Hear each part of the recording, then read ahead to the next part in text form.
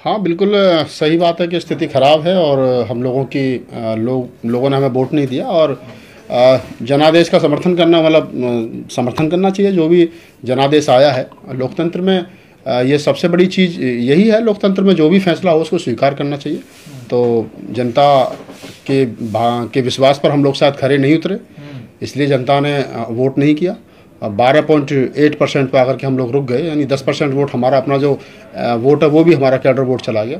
तो विचारणीय प्रश्न है और क्या नाम है, हमें तो पार्टी के शीर्ष नेतृत्व को चाहिए कि वो मंथन करे कहाँ कमियां हुई हैं, कैसे कमियां हुई हैं, क्या बेहतर हो सकता है। अब हमारे पास खोने के लिए कुछ है नहीं, पाने के लिए पूरा मुल्क भर है। तो चाहिए बहन जी को और तमाम शीर्ष नेतृत्व को चाहिए कि वो विचार करें इस पर क्या बेहतर। आप लोग मंथन करते नजर नहीं आते, लगातार आप लोगों का ग्राफ गिरता नजर आ रहा, नहीं चाहिए। नहीं बिल्कुल, मैं ये बात है कि इसको क्या है ना, स्वीकार करना चाहिए। लोकतंत्र में हर चीज़ को स्वीकार करना चाहिए। मैं कह रहा हूँ कि हमारा प्रदर्शन 2012 से और अब तक निरंतर जो है वो गिरता जा रहा है। 2012 में हम लोग 2007 में 206 थे, फिर हम 2000 उसके बाद में फिर 9 का चुनाव हारे, फिर 12 का चुनाव हारे, फिर 17 का चुनाव हारे, फिर 14 का चुनाव हमारा 0 हो गया, हम लोकसभा में 0 हो गए। फिर हम गठबंधन के तहत 10 सीट ले आए। फिर अब का जो प्रदर्शन है वो भी निराशाजनक है। अब 1 सीट MLA की हम आकर के जो है वहाँ पर रुक गए। तो निश्चित रूप से दिन प्रतिदिन पार्टी की जो छवि है वो भी धूमिल हुई है। हमारे जो नेताओं की छवि है वो भी धूमिल हुई है। लोगों का विश्वास उठा है, इसमें कोई संदेह नहीं है।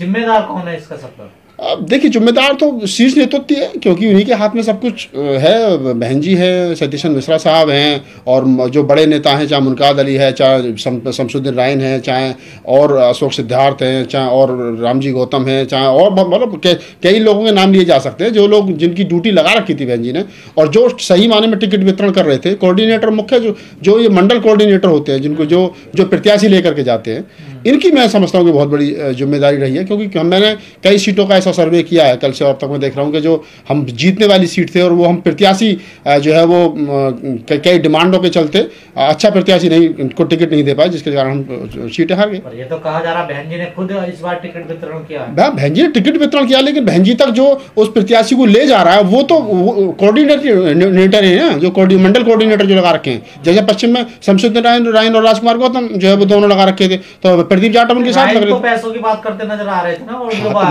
मैं वही कह रहा हूँ कि जो शमसुद्दीन रायन का वीडियो वायरल हुआ वो फर्जी था, क्या था, उसको सफाई देनी चाहिए थी शमसुद्दीन रायन को, लेकिन वो सफाई नहीं दे पाए।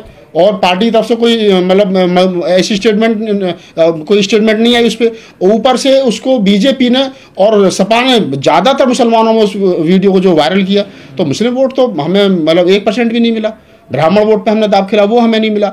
और तो और जो हमारा शेड्यूल कास्ट का अपना कैडर वोट था वो 10% और चला गया हमारे पास से। जो 20-22% हमारा कैडर वोट होता था वो हमारा 10% जाने का क्या रीजन कारण? देखिए 10% हाँ, मैं वही बता रहा हूँ। मैं आपको कई सीटों का मैं बता सकता हूँ ऐसा कि जहां अगर जाटव भी वोट दे दे, जाटव चमार अगर दोनों ही, अगर जैसे बुलंदशहर सदर की सीट है, बुलंदशहर सदर की सीट के लिए ऐसी सीट है जहां लगभग 1,90,000 जो है वो जाटव चमार का वोट है, और अगर 60% वोट हुआ तो 55,000 वोट जाटव चमार का पड़ना चाहिए था। उपचुनाव में वहां 70,000 वोट पड़ा था लेकिन अब वहां पर प्रत्याशी को 25,000 वोट पड़ा है। तो आप समझिए जाटव 30,000 कहाँ चला गया। बहुत सारी ऐसी सीटें हैं जहाँ जाटव भी वोट जो है वो गठबंधन को चला गया, बीजेपी पे चला गया। नहीं बीजेपी पे नहीं गया है, वो बीजेपी को रोकने के चक्कर में सपा के साथ चला गया।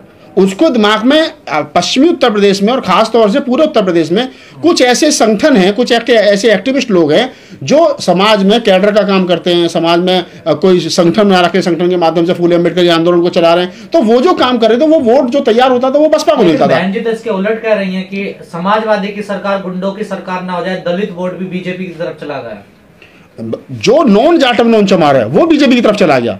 मैं कह रहा हूं कि जो नॉन जाटव और नॉन चमार वोट है वो बीजेपी में चला गया, लेकिन जाटव वोट जो सपा में गया है, जाटव चमार वोट भी सपा में चला गया। ये भी विचारणीय प्रश्न है। इसको भी दोनों तरफ वोट गया है। जैसे हम सपोज करें कि वाल्मीकि है, खटीक है, पासी है, धानुक है, ये नॉन जाटव नॉन चमार जो वोट है, कोली है, ये तो बीजेपी में चला गया हिंदुत्व के चक्कर में, ठीक है।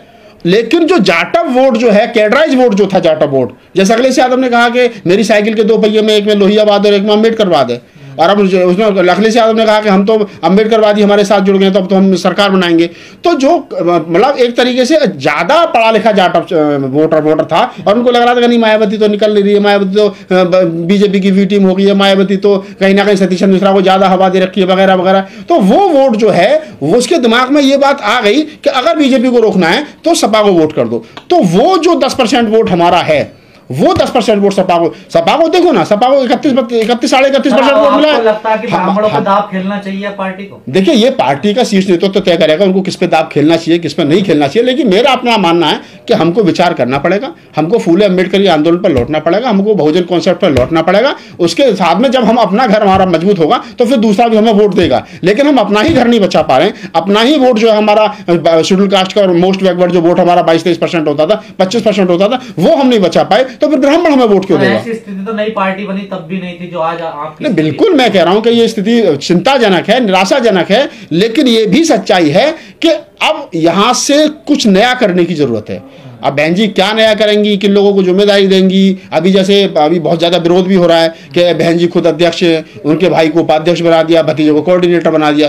अब पार्टी के 3 बड़े पद और तीनों में परिवार के लोग हैं, तो ये भी बातें चल रही हैं। तो बहन जी इसके बारे में क्या सोचेंगी, क्या किसी को दूसरे लोगों को भी लेकर के आएंगे? हम एक तरफ तो बात कर रहे हैं, जैसे साहब काशीराम ने तैयार किए थे, पटेल तैयार किए थे, साक्य तैयार किए थे, मौर्य तैयार किए थे। जमीन पर नजर नहीं आते आपके नेता? बिल्कुल मैं कह रहा हूं कि जमीन पर नेता नजर नहीं आते। एक समय था कि जब पार्टी के पास में अभी भी स्वामी प्रसाद मौर्य है, स्वामी प्रसाद मौर्य से पूछा पत्रकार ने कि मतलब इस देश के बैकवर्ड की सबसे बड़ी अच्छी पार्टी कौन सी? बोले बसपा।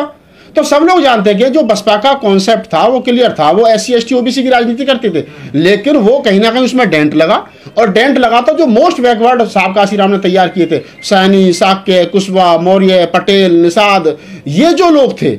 अब देखो आप संजय निषाद कहां से गए? बसपा से निकल करके गए। ओम प्रकाश राजभर कहां से गए? बसपा से निकल करके गए। स्वामी प्रसाद मौर्य कहां से गए? बसपा से निकल करके गए। भीम राजभर चलो बसपा में है वो तो। अब उधर क्या नाम है अपने लालजी वर्मा, बसपा से निकल करके गए। अगर उधर रामचंद्र राजभर बसपा से निकल करके गए। तो ये बसपा के वो बड़े नेता थे जिनके पीछे उनके समाज का वोट था, लेकिन जब वो चले गए तो उनके साथ उनका वोट भी चला गया। और हम लोग गलती में ये रहे कि नहीं सब जो है वो हमारे साथ है, ऐसा नहीं है। लेकिन सर आपकी स्थिति अगर देखी जाए, जो कल नतीजे आए हैं, तो हमें नहीं लगता कि स्वामी प्रसाद के साथ उसका वोट भी गया हो। तो देखिए गठबंधन की क्या हाल रहा। मैं वही कह रहा हूँ कि स्वामी प्रसाद मौर्य खुद चुनाव हार गए, ठीक है।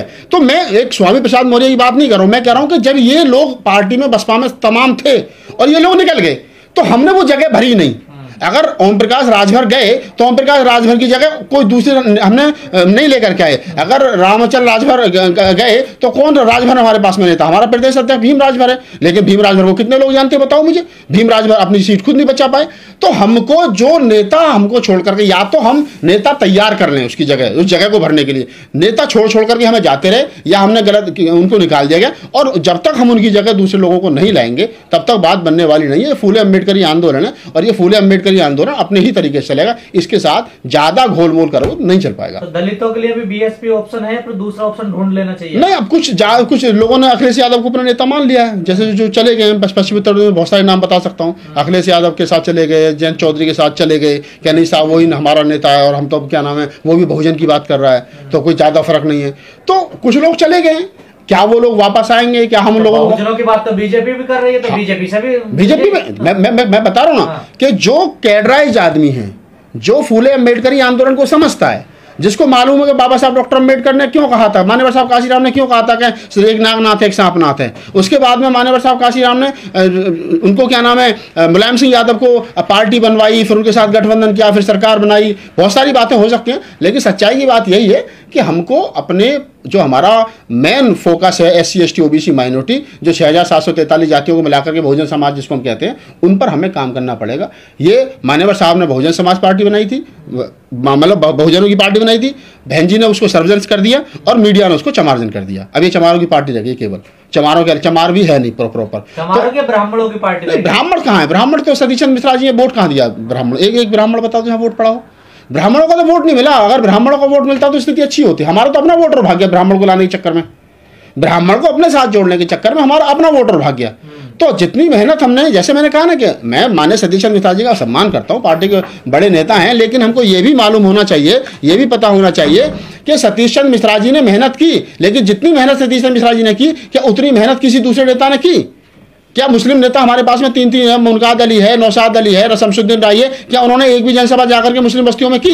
क्या उन्होंने ये जानता कौन है सर जिन नेताओं? तो फिर पार्टी में रखा क्यों है जब जानता नहीं है? तो क्या है, क्यों उनको राज्यसभा सांसद बनाया जा रहा है? सवाल ये नहीं है। अगर आप पार्टी के नेता हैं, लगता है नेताओं के कहने पर इनके परिवार का वोट नहीं देगा। मैं बिल्कुल ये बात स्वीकार कर रहा हूं कि अगर हमारे पास में 3-3 बड़े नेता हैं और एक राज्यसभा सांसद है, एक पूरा पश्चिम शमसुद्दीन राय देख रहे हैं, और एक एमएलसी नौशाद अली, और उसके बावजूद भी मुसलमान हम पर भरोसा नहीं कर रहा है, उसके बावजूद भी मुस्लिम जो है वो हमको वोट नहीं कर रहा है, उसके बावजूद ये 3 लोग जाकर के मुस्लिम समाज में काम नहीं कर रहे हैं, तो बहन जी को सोचना चाहिए कि हम लोग क्यों किसी को। यही तो सोचना मिश्रा जी के बारे में चाहिए। देखिए मिश्रा जी के बारे में क्यों नहीं सोचना चाहिए, मैं कारण बता रहा हूं कि उन्होंने काम किया। ऐसा नहीं कि काम नहीं किया। मिश्रा जी ने 18 जनपदों पे 18 मंडलों पर जाकर के किया, 75 जिलों में जाकर के ब्राह्मण नहीं जुड़ा, लेकिन कोशिश तो की गई ना। लेकिन मैं तो ये कह रहा हूं कि मुस्लिम नेता जो हमारे पास, उन्होंने तो कोशिश भी नहीं की।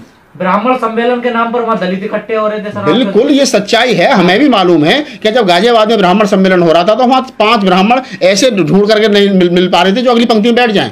तो ये सच्चाई है कि ब्राह्मण सम्मेलन के नाम पर दलित ही आ रहा था, उसमें 5% 10% ब्राह्मण आ रहा था, वो भी मिश्रा जी को सुनने के लिए। तो मैं ये कह सकता हूं कि मिश्रा जी ने कोशिश की, उनका पूरा परिवार लगा रहा। लेकिन मुझे जो दुख है वो इस बात का है कि हमारे पास जो 3 जो मुस्लिम नेता हैं, उन्होंने पूरे चुनाव में एक बाइट तक नहीं दी, एक जनसभा तक नहीं की, एक भाषण तक नहीं दिया। मुस्लिम गांवों में, मुस्लिम इलाकों में जाकर के उन्होंने अपील तक नहीं की अपने समाज से। तो इनके बारे में विचार करना चाहिए कि हमको, मुझे तो याद आते हैं क्या नाम है, नसीमुद्दीन सिद्दीकी, अनूपसर विधानसभा थी और हमारे यहाँ गांव पड़ता साखनी, वहाँ 2 गुटों में मुसलमान बट गया और बाद में जाकर के नसीमुद्दीन सिद्दीकी ने रात को मीटिंग करके मुसलमानों को इकट्ठा करके बसपा को वोट डलवाया।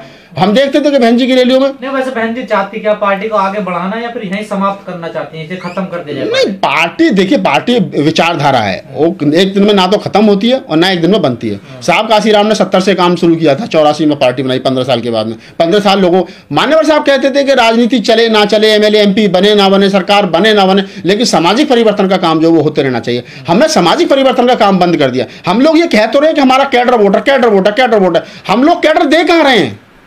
हम लोग फूले अम्बेडकर आंदोलन को नए आने वाले युवा को समझा कब रहे हैं? हाँ तो वो देखिए, मैं बता रहा हूँ आपको गजेंद्र जी कि पहले 2 प्रकार के, मतलब 2 प्रकार से उसको हम लोग करते थे। पहले जाति की राजनीति हावी थी यूपी में। आप देखेंगे कि जाति की राजनीति होती थी तो यादव के साथ जाता था, जाट के साथ जाता था, मुस्लिम अगर प्रत्याशी तो मुस्लिम के साथ जाता था। लेकिन अब पिछले 10 साल में ये राजनीति में डेंट लगा है। वो डेंट इस प्रकार लगा, अब धर्म की राजनीति हो गई है, अब जाति की राजनीति नहीं है। अब जैसे योगी जी ने कहते हैं 80-20 का चुनाव है, 80% हिंदू 20% मुसलमान, तो उनका तो स्पष्ट है कि हमें तो मुसलमानों को वोट चाहिए नहीं। लेकिन 80-20 करके उन्होंने सारे हिंदुत्व को इकट्ठा कर लिया। हम अभी पुराने वाले ढर्रे पे चल रहे हैं, क्या नहीं इतने % जाट है, इतने % जाटव है, इतने % मुसलमान है, ये मिल जाएगा, ये मिल जाएगा, ये मिल जाएगा, हम जीत जाएंगे। लेकिन हम वो नहीं देख रहे कि वो जो योगी है, जो बीजेपी है, जो मनुवादी सोच के लोगों, उन्होंने बड़ा गेम कर दिया और हम उनके बड़े गेम में फंसते चले गए। तो अभी जो अखिलेश यादव की भी जो स्थिति है वो भी कोई बहुत अच्छी नहीं है। 14-15 पार्टियों से गठबंधन करने के बाद में आप 100-125 सीट ला रहे हो। अगर वो भी हमारी तरह अकेले लड़ते तो उनकी स्थिति हमसे भी ज़्यादा भयंकर खराब हो जाती। तो बहुत सारी चीज़ें हैं, मैं मानता हूँ कि हाँ सुधार करने की जरूरत है और सुधार होना चाहिए।